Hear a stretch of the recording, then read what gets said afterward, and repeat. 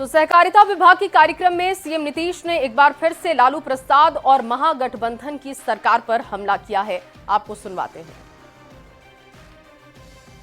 क्या स्थिति थी उसके पहले आप जानते ही न है कि शाम में कोई घर से बाहर नहीं निकलता था। लोग कहता है मुस्लिम का हिंदू मुस्लिम का बार बार झगड़ा करते रहते थे। कहीं भाई के लिए ठीक से होता था, किसी का कोई इंतजाम उस तरह का था। जब वही लोग कितना फालतू काम किए हुए थे, कुछ भी काम उन लोगों की तरफ से कुछ भी नहीं होता था। और आप जानते हैं कि राज्य का विकास, अब इस सब चीजों के बारे में तो जो कुछ भी उन लोगों की तरफ से था वो सब कोई भी काम नहीं था। हिंदू मुस्लिम का तो झगड़ा ही होता था। ये सब लोग कर रहे थे, बोल रहे थे हिंदू मुस्लिम का झगड़ा, क्या क्या नहीं करते थे। अब पढ़ाई के बारे में हम तो बता ही दिए, कोई हाल ही नहीं। बहुत कम बच्चे पढ़ते थे और पढ़ाई भी कम होती थी। अब पहले इलाज का पूरा इंतजाम नहीं था।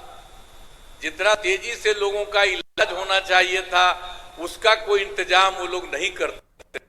तो हम वहीं सीएम नीतीश ने एक बार फिर से अमित शाह के सामने दोबारा इधर उधर नहीं जाने वाली बात दोहराई। उन्होंने कहा कि 2 बार गलती हो गई और अब कहीं नहीं जाएंगे। पटिया में कि 2 बार भी लोगों को ली 1.5 महीना, तो हम लोगों ने तय कर लिया है कि ये गलत है, ये कभी नहीं होगा।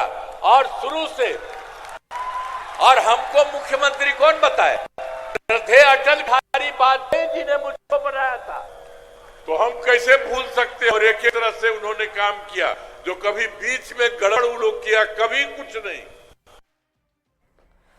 इसके साथ ही अपने संबोधन के समय सीएम नीतीश ने लोगों से 2025 में फिर से एनडीए की सरकार बनाने की अपील की है। सुनते हैं।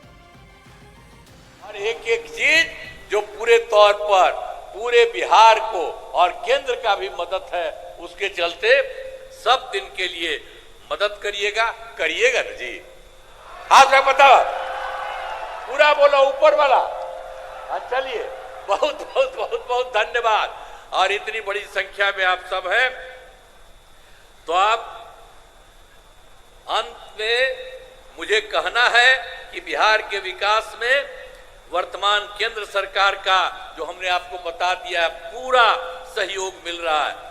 और राज्य सरकार के अपने प्रयासों तथा केंद्र सरकार के सहयोग से बिहार का विकास और विकास कार्य बहुत कुछ होगा।